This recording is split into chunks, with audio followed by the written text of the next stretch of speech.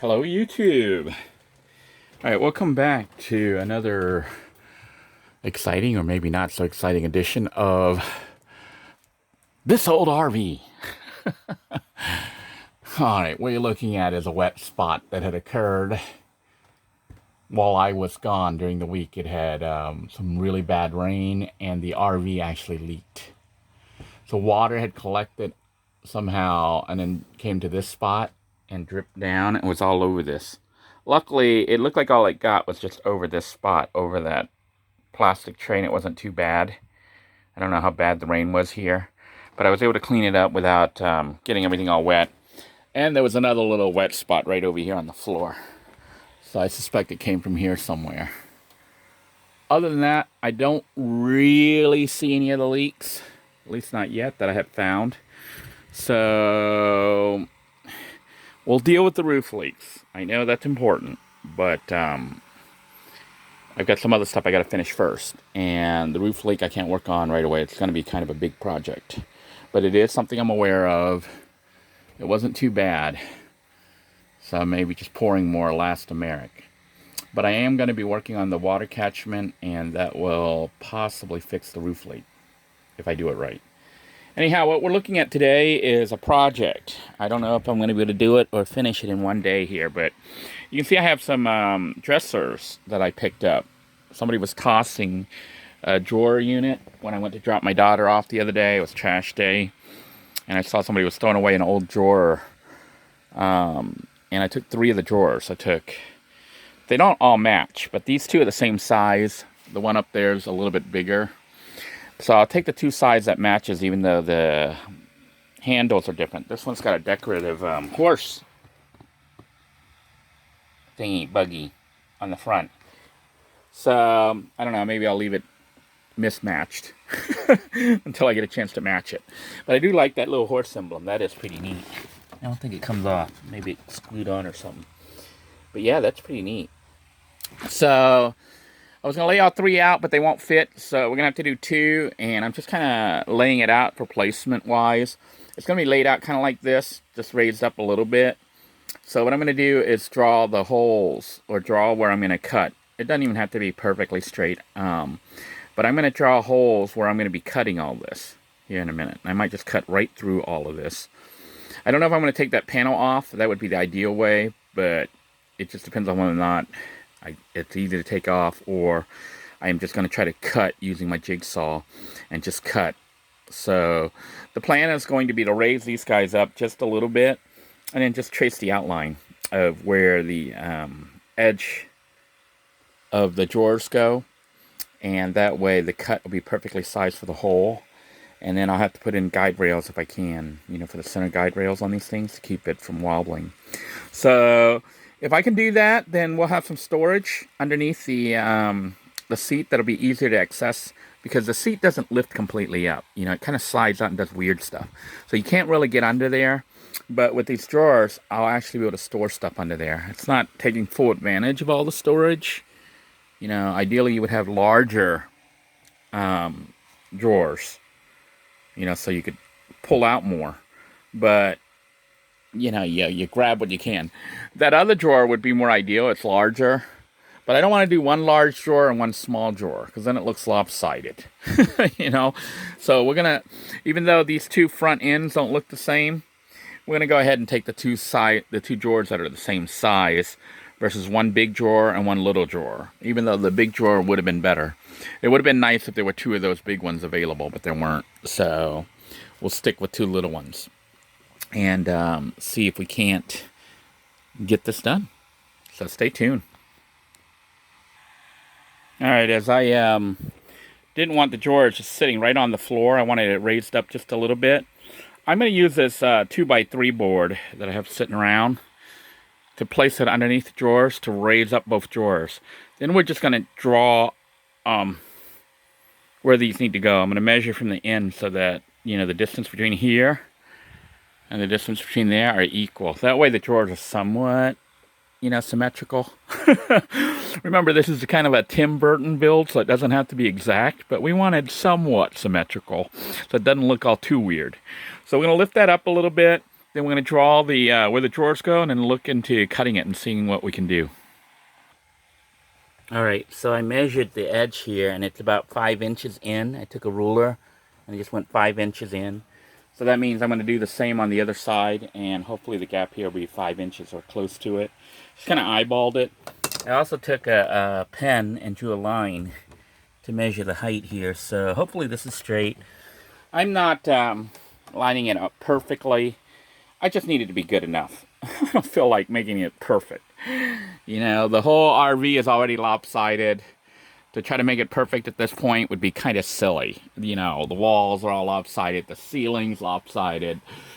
So I'm not going to bother trying to make this exactly perfect. It just needs to be good enough. And that's why this RV is called Good Enough. So what remains to be done at this point is I need to take this to the other side, measure in 5 inches, and that'll be my edge over there.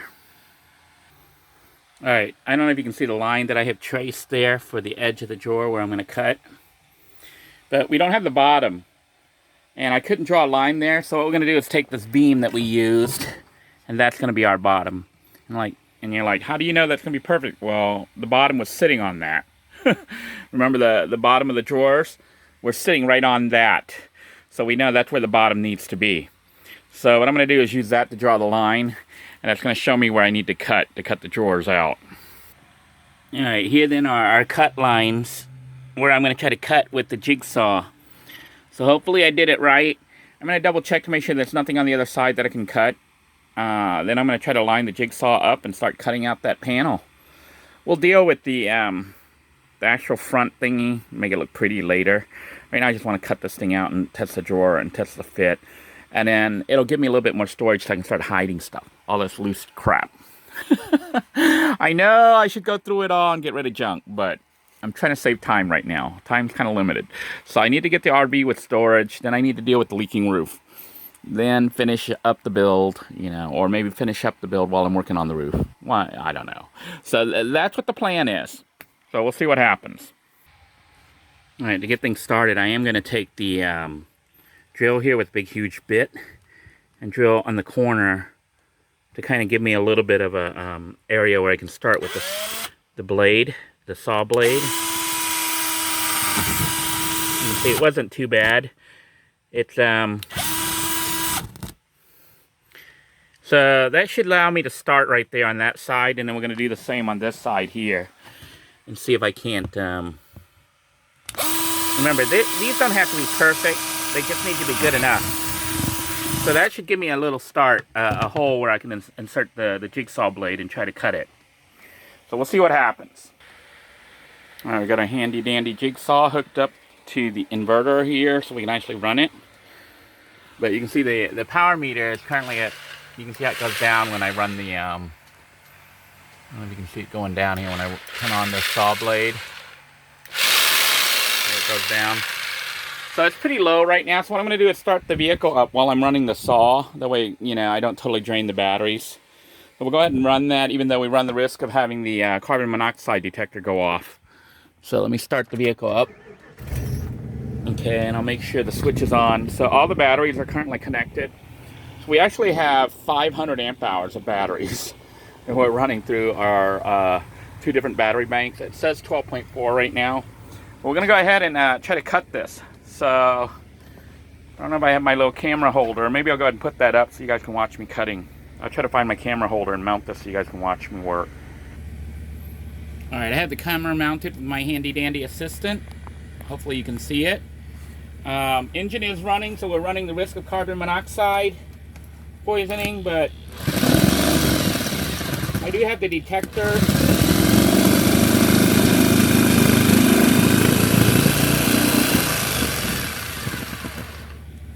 Alright.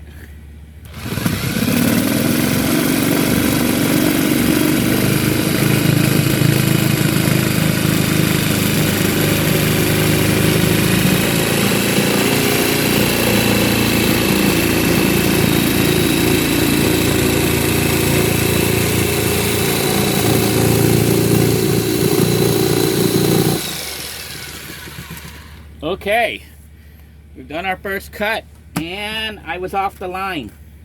I was a little bit too big, but that's all right. Remember, we're not going for perfection. We're just going for good enough. Now to try to cut this down, I got to try to get it.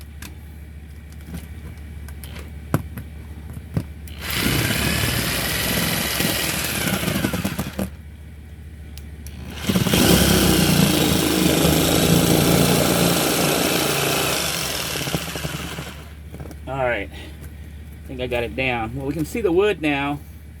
This is that cheap panel wood. I think I'm going to drill some more holes and do the bottom going across instead of trying to turn it. I should probably do the two bottoms first, and then do the sides, because this panel wood is so cheap. It's like, look how flimsy it is. It's falling apart. So let me find my gotta find my drill, and then we'll go ahead and make some more holes and then cut the bottom. All right, I'm gonna drill a hole here.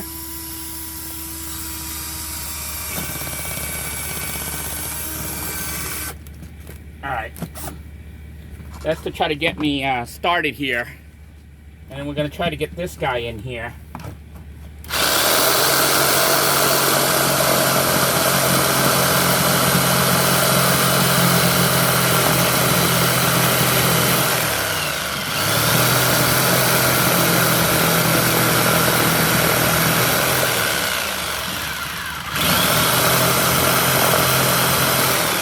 Turns out our saw is at roughly the exact height it needs to be. So I'm just going to slide the saw along the bottom.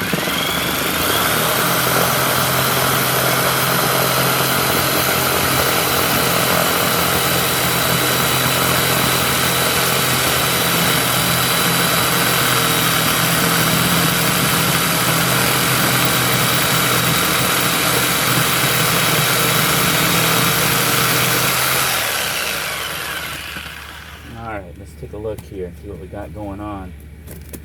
Well, it looks like this cut was so-so.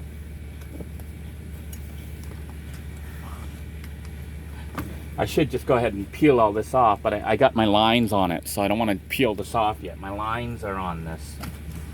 But it looks like this stuff will peel right off, so that's good.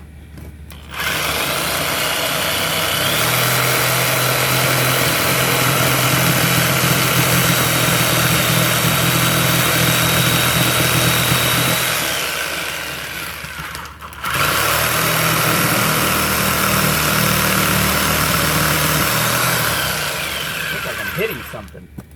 Hope I'm not hitting like a frame. That would suck.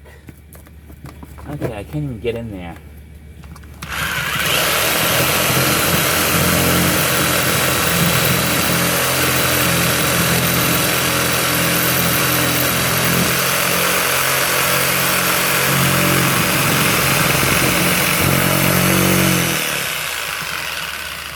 Alright, looks like it popped out.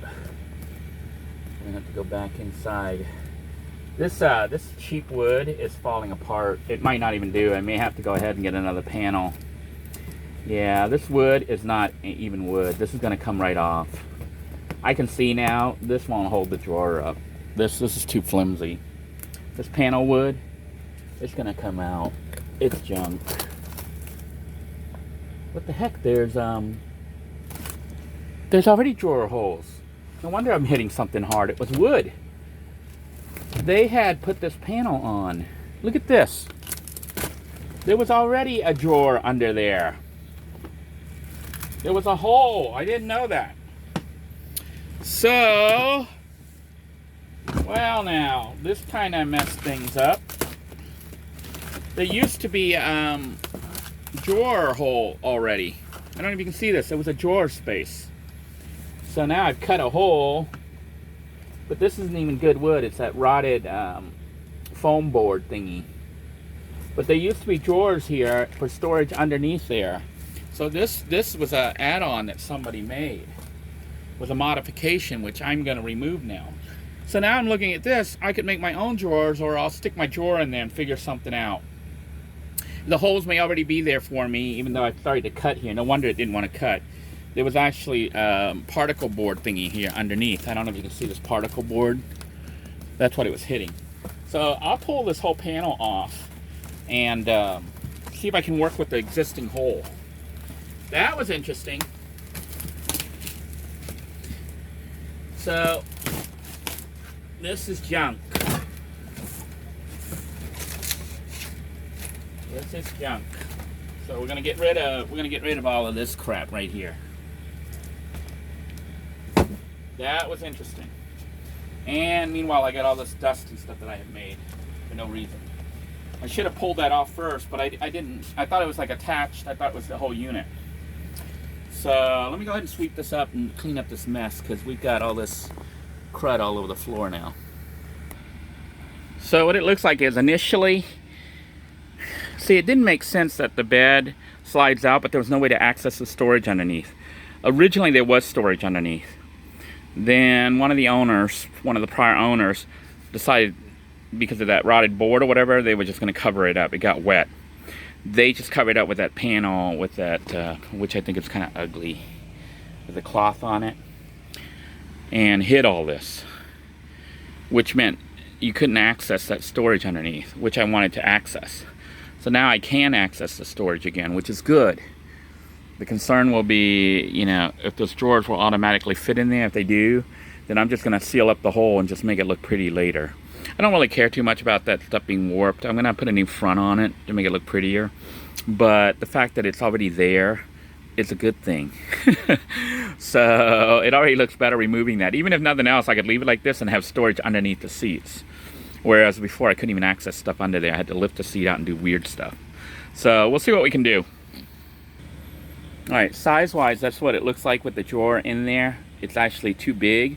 I can put a new front face on it. That's what I can plan to do. You know, get a board, measure that board, and then measure the front and get it cut, and then put it on. And that'll fix the problem. So I can do this.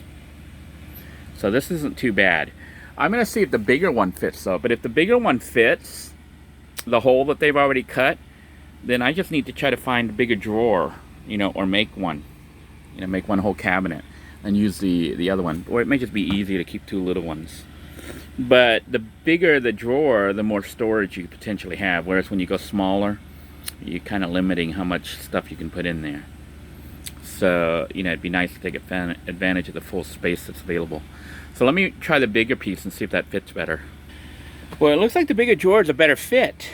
It's like almost a perfect fit. See how it lines up on the edge there, the front? So I may go with the bigger size drawer there for that one. I may end up mismatching it and using a smaller one in the back, unless I can find another drawer set. So this is a potential hold off, you know, in the sense that I need to get two drawers out of that size, the bigger one. So if I can get two drawers out of that size, then I can put them in here. I can put two drawers that are that size, the bigger size, which I prefer. You know, it's got more storage. You got more room here. You can put things in it. And then get two of them. See, they didn't have two of those. Otherwise, I would have grabbed both. But I'll look for another drawer where somebody's throwing it away and try to get two of the big fat ones. And if they line up and fit, then it's just a matter of putting the pieces on here to make it look pretty. And like I'll put wainscoting and stuff. Just a little false front wainscot. And or maybe just a white, you know, piece of thingy panel board and paint it white. But I think wainscoting would be good because it's got wainscoting on this side, and that would give me a nice look. And then eventually these will be painted. I could go big and small, which I might do, you know, pending not being able to find another drawer. So that would allow me to have some storage in here and put things up and access it while the bed is still as a sofa, you know. And when you make it a bed, you can't even lift it. It doesn't lift up. So having the ability to slide things in and out is the way it was designed, and at time restoring it back to. So this is going to be pretty good. We just got ourselves a little bit more potential storage, which is great. Anyhow, I think I'm going to go ahead and wrap it up for this video here. It is going on and on and on. So we're going to go ahead and just start to close things out, clean up a little bit, and then start to clean the vehicle up. I don't know if you can see, I have installed a second carbon monoxide detector after the first one went off the other day. I think it's important to have it. The vehicle is running right now to charge up the system. I have encountered a problem with electrical. I don't know if it's, I don't remember if it's on the inverter or off the generator. I think it was off the generator. But it seems to have fried some of my electronics. My computer, my big old computer here, back here, ended up dying. It won't even come on now. So I had just bought a Wi-Fi adapter, USB adapter, and was going to test it out, and so that this thing would be online and fully functional. And when I tried to turn it on, it's all plugged in. You can see the power is on right there for the wall, but this thing would not come on. See? So I fried it somehow, possibly from a power surge. So I'm going to be looking at getting a power controller or surge protector for the RV, you know, at the outside plug, so that it never exceeds like 120 volts, because somehow it fried this. I think it also fried that old TV monitor that I had over here, and I think it fried my the other power bars that I had. So this computer's fried, which is sad, but it was like I paid like $15 for it. So I'll have to figure out something else. I don't know what I'm going to do with this. I may give it to my son so he can mess with it, or just toss it. Although it's got memory and some other stuff that may be useful to pull out. Could try to fix it, but you know, it's really not worth it. And I'm thinking maybe I'll get a small little mini notebook or a laptop to put back here to run the multimedia, or potentially use my phone as a computer back here to run the whole system back here. So those are some potential projects. I'm kind of bummed out that I did buy the Wi-Fi hotspot. Yeah, I mean the Wi-Fi, USB Wi-Fi adapter. And I couldn't even get to test it out because this thing's now dead. So that sucks. But yeah, definitely probably a warning for me to get a power. They sell these things that I've seen RVers carry on their RVs when I was at the RV park. And they plug it between the RV's power connector and the shore power.